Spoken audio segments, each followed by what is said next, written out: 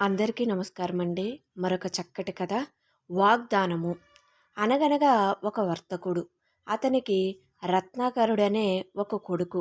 ఆ వర్తకునికి 2 పెద్ద ఓడలున్నాయి. వాటితో వర్తకం చేసి అతను లక్షలు గడించాడు. ఒకప్పుడు కోస్తాకు పోయిన ఓడలు తిరిగి రాలేదు. ఏమా అని వర్తకుడు ఆత్రంతో ఎదురుచూస్తూ ఉండగా అవి సముద్రంలో మునిగిపోయినట్టు వార్త వచ్చింది. ఈ వార్త వినగానే అతను విచారంతో కుంగిపోయాడు. ఇంతలో ఒక మరుగుజ్జువాడు అక్కడికి వచ్చి వర్తకుని వైపు వికటంగా నవ్వుతూ, "ఏమయ్యా వర్తకుడా, ఎందుకలా విచారిస్తావు? పోయిన దానికి విచారిస్తే మాత్రం లాభమేమున్నది? అయినా నేనొక ఉపాయం చెబుతాను విను. ఇప్పుడు నీవు ఇంటికి వెళ్ళగానే మొట్టమొదట నీకు ఏది కనబడుతుందో దానిని నాకు ఇచ్చినట్టయితే ఐశ్వర్యం తిరిగి నీకు లభిస్తుంది. అది నాకిప్పుడే ఇవ్వనవసరం లేదు. 12 ఏండ్లలోగా ఎప్పుడిచ్చినా సరే" అన్నాడు. ఇది విని వర్తకునికి ఒక యుక్తి తోచింది. ఇంటికి పోగానే ముందు కుక్క గదా ఎదురు రాబోయేది, మరుగుజ్జువానికి కుక్కని ఇచ్చేస్తే తీరిపోతుంది అనుకుని మరుగుజ్జుతో సరేనన్నాడు. వర్తకుడు సరే అనగానే మరుగుజ్జు మాయమైపోయాడు. తీరా వర్తకుడి ఇంటికి చేరుకుని గుమ్మంలో అడుగు పెట్టేసరికల్లా అతను అనుకున్నట్టు కుక్క ఎదురు రాలేదు సరికదా, తన ముద్దుల కొడుకు రత్నాకరుడు ముందుగా కనపడ్డాడు. ఇప్పుడు చేసేదేముంది? వాగ్దానం ప్రకారం మరుగుజ్జువానికి తన కుమారుణ్ణే ఇచ్చి వెయ్యాలే.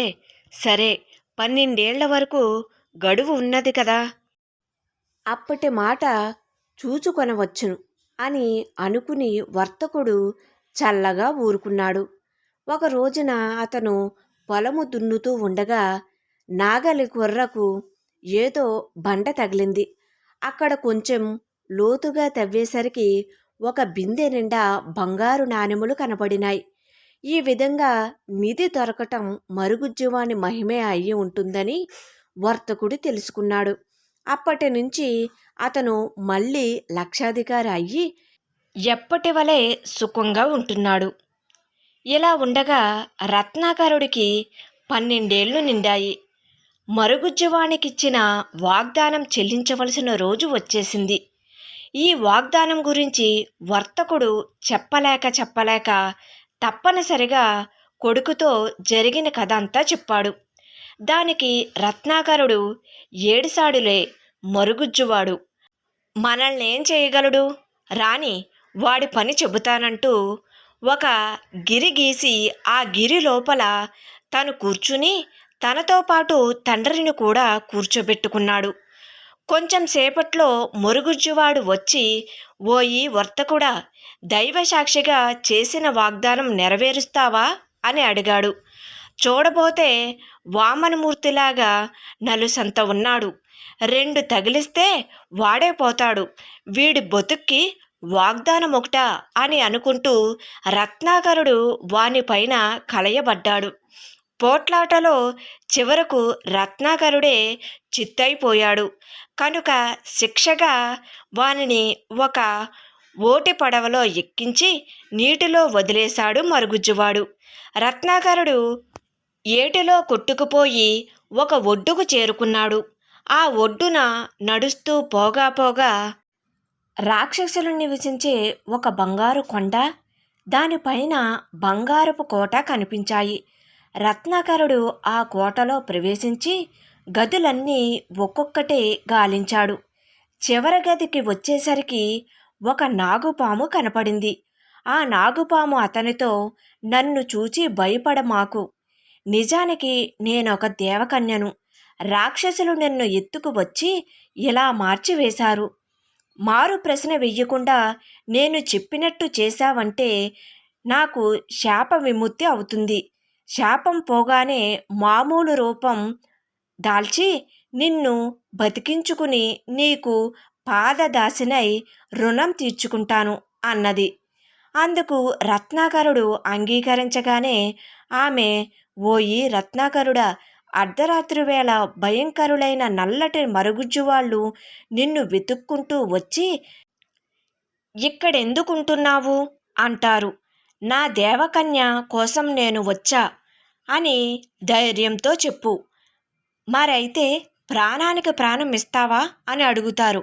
అలాగే అని చెప్పి నిర్భయంగా ఉంటివంటే వాళ్ళు నీ ప్రాణం తీసుకుంటారు. అంతటితో వాళ్ళ మంత్రబలిమి పోయి నాకు అసలు రూపం వచ్చేస్తుంది అని చెప్పింది. ఆ రాత్రి ఆమె చెప్పినట్టే జరిగింది.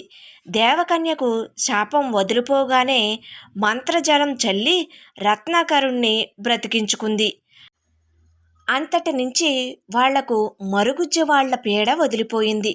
రత్నాకరుడు దేవకన్యను పెళ్లాడి బంగారపు కొండ అయిన ఆ బంగారు కోటలోనే హాయిగా ఉంటూ ఉండగా వారికి ఒక చక్కటి కుమారుడు పుట్టాడు.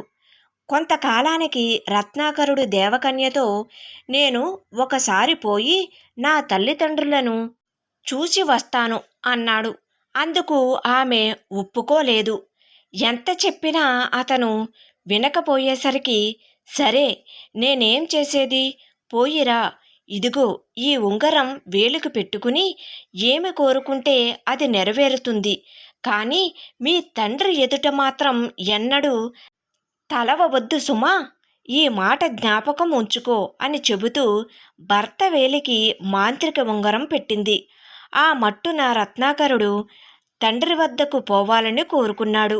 కళ్ళు మూసుకుని తెరిచే లోపల అతను తన తండ్రి ఎదుటనే నిలబడి ఉన్నాడు. అయితే అతను ఇల్లు వదిలిపోయి చాలా కాలం కావటం చేత తల్లిదండ్రులు గుర్తుపట్టలేకపోయారు.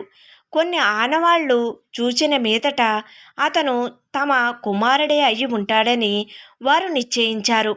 అయినా తన తల్లిదండ్రులే తనను గురించి సంశయపడటం రత్నాకరుడికి కష్టమనిపించింది. వారికి నమ్మకం కలగాలనే ఉద్దేశంతో తనకు పెళ్లి కావటం, పిల్లవాడు పుట్టటం ఇవన్నీ పూసగుచ్చినట్టు వారితో చెప్పాడు. ఈ మాటలు వినే వరకు వారికి ఇది వరకున్న నమ్మకం కాస్త తొలగిపోయింది. ఇతనవన్నీ బడాయి కబుర్లు అనుకున్నారు.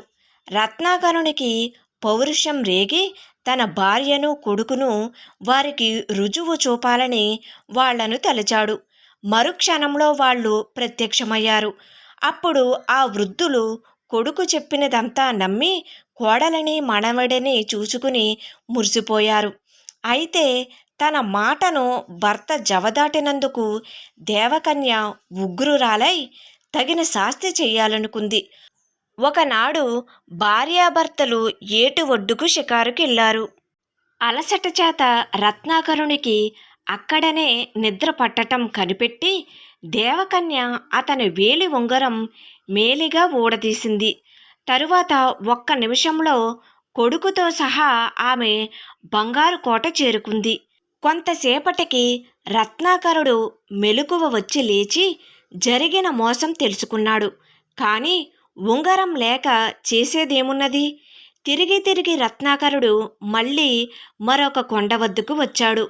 ఆ కొండ మీద ముగ్గురు రాక్షసులు వారి ఆస్తి పంపకం తెగక పోట్లాడుకుంటున్నారు. అటువంటి సమయంలో రత్నాకరుడు కనపడగానే వాళ్ళు బతిమిలాడి అతనిని తీసుకువెళ్ళి తీర్పు చెప్పమన్నారు. అయ్యా, ఇవిగో పావుకోళ్ళు, ఇవి తొడుక్కుని తలుచుకున్న చోటుకు పోవచ్చు. ఈ ముత్యాలహారం ధరిస్తే మనసులో తలుచుకున్న పని నెరవేరుతుంది. మూడవది ఖడ్గం, ఇది ఎవరిని నరికి రమ్మంటే వారిని సంహరిస్తుంది.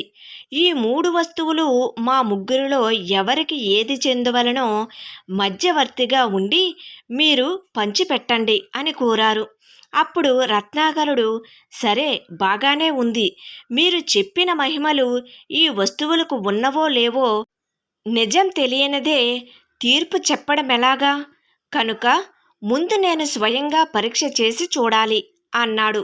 వాళ్ళు అందుకు ఒప్పుకున్నారు.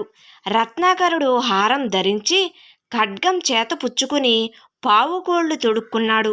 తలుచుకున్నంతలో అతను బంగారు కొండపైన బంగారు కోట చేరుకున్నాడు.